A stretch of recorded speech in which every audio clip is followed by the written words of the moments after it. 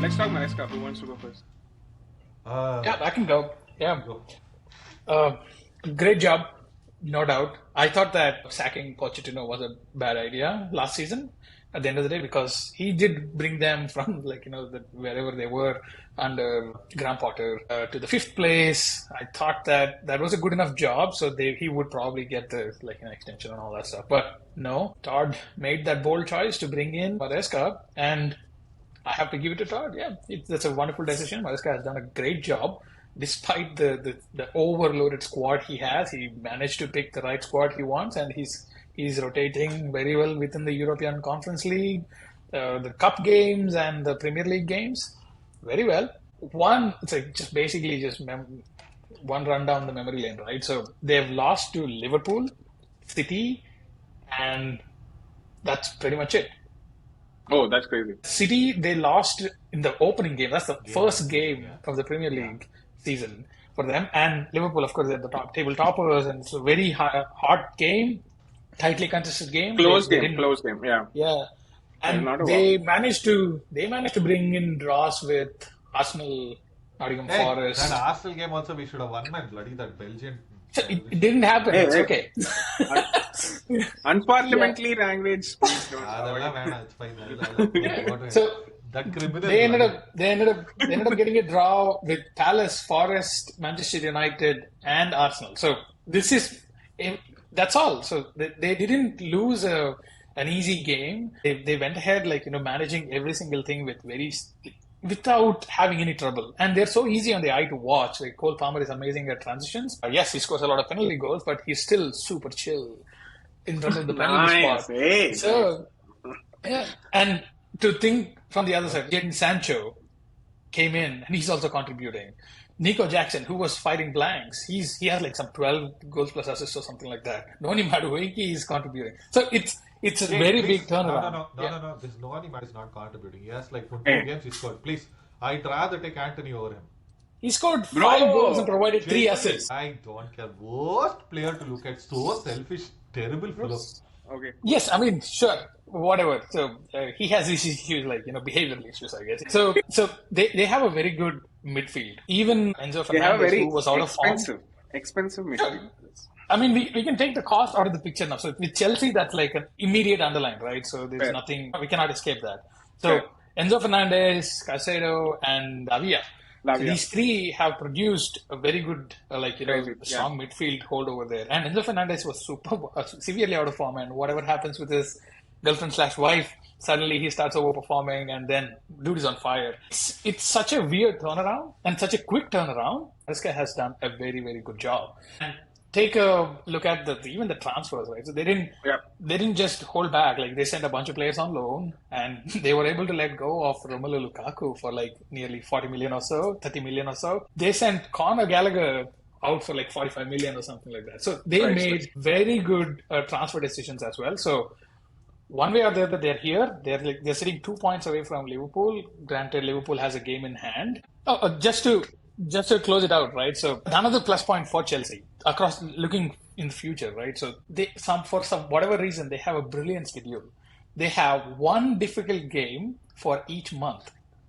I made a note of this. They have City coming up in Jan and Villa in February, Arsenal in March, Spurs in April, and Liverpool in May. So it's so nicely set up for them where they can actually go ahead and close the gap, or at least run away from the 3rd and the 4th positions very easily. Yeah. I feel some American dollars may have been spent for that fixture, but that's just speculating, guys. I think all great points, dude. I don't want to double down on any of them, but yeah, I mean, TLDR, you have to give it to the manager. One thing that I'll say is we are in December right now, and the 2 managers that we are talking about, it's their first season, Slot and Maresca, which is crazy. Sure. We all hope we will be talking about Pep and Arteta, but then these 2 have come in. You can call it overachieving, you can call it peaking too early or something like that, but they are where they are, right? And it is a lot because of them as well. Chelsea for sure, right? This massive squad trying to build it out. The same point that I spoke about Arteta, I can talk about Maresca as well. He I feel like he adjusts in the game, right? He reads the game, he changes things. They have fast-paced players, etc. And yeah, super exciting times for Chelsea, and I think they are going to be there until the end of the season. They have scored the highest, 37 goals. Nobody has scored more than them. They're scoring like monsters. So yeah, all +1 to whatever like pushes very it. easy to do, man. When you have such a big squad and you're playing Conference League where you can literally put your third team there, all your main players are fresh every week, one game they play. Why is that a problem? I don't think easy. I think that's doing injustice to what Maresca is. We also when we came second the year no one expected us to. It came down to the fact that we barely had any fixtures anywhere, right? Like we had some shitty Europa League games. Dude, that literally don't know how. Like 80% of the teams Chelsea play in that Conference League, man. Fair. They're playing. Neither does Maresca. Neither does Maresca. Exactly. So they're going to cities that have populations less than their squad size, dude. But then think some 32 people in that city, and then Chelsea have 34 people on their squad. What is this shit? Nice. You heard it here. Suddenly, one train goes in the middle of the game over there. You take one throw in, or you jump into the train and throw. I don't know what to do. God. So what the? That makes but no then sense. see, okay. So that is like Conference League, but then you can't like shy away from performance against top 6 or like top 10 that they're putting out, right? The thing is, all these other teams, right? They're the same set of players, more or less, that play all these tournaments. Like you look at City, you look at Liverpool, you look at Arsenal. Arsenal though is even worse. They have only that set of 11 players that play everywhere, right? But Chelsea have the freedom. But then are you saying like Maresca, like are you like downplaying Maresca's like what he has done this season? To a certain extent. You obviously need to be good enough to be able to get to where you are. The league never lies, right? But yeah, I think we are getting carried away by this romance of how like a manager who came from the championship is now doing so well when no one expected him to. Like give him our romance is not true, misplaced. Right? Yeah, it's not misplaced. So the thing is that outside Cole Palmer, even that too, the Cole Palmer became Cole Palmer even over the half of last season plus more of this season. Yeah, there are no crazy stars. Will you give credit to Pochettino for that or no? For getting sure, that's what I was telling. Right? I want Pochettino to continue. Yeah, sure. Be there as a name, but I mean, I'm saying that I don't think Pochettino could have gotten where Chelsea is right now, even with the same squad. Maybe I don't know. I'm just saying, give him another year. Like he'll more or less make it to Champions League. It looks like, at least as of this point. I am seeing the squad right now. Like, I think one important trait that we aren't giving him the credit for is, again, it's not just like game management, man management. Like, this is a crazy squad. This is a young squad hungry for game time. Like, I can't think of this squad not like going crazy in like the training, etc. Because this is like, they are all in that youth, they are all in that thing, but he's able to do something with that, right? And like, I agree, these are not like superstars, etc., right? But then they join this club with that ambition, with that passion, and he's able to manage that, which I think not a lot of like managers can do, or not a lot of managers can claim. No chance, and I'll give you one reason why. Go for it. Every ass in that squad has an 8-year contract worth hundreds of thousands of pounds a week, which they do not deserve. And it's easy to tell them to go shut your mouth and sit in one corner because you're earning this much money. They're not going to fight you. Do not deserve is market decides who deserves what. No, Chelsea decided that. Yeah, sure. Chelsea thought that's the market value of that. Whatever, right? Like I wouldn't have given Mudryk an 8-year contract worth 200,000 pounds a week. That's the reason they got. Oh, we should talk about Mudryk, bros. That guy has been on performance enhancers apparently, and he's been dropping stinkers. Jesus, how bad is he? This was, I think, I want to shout out Mark Goldridge. That's a beautiful tweet. How shit should Modric be like if he's doing this on performance?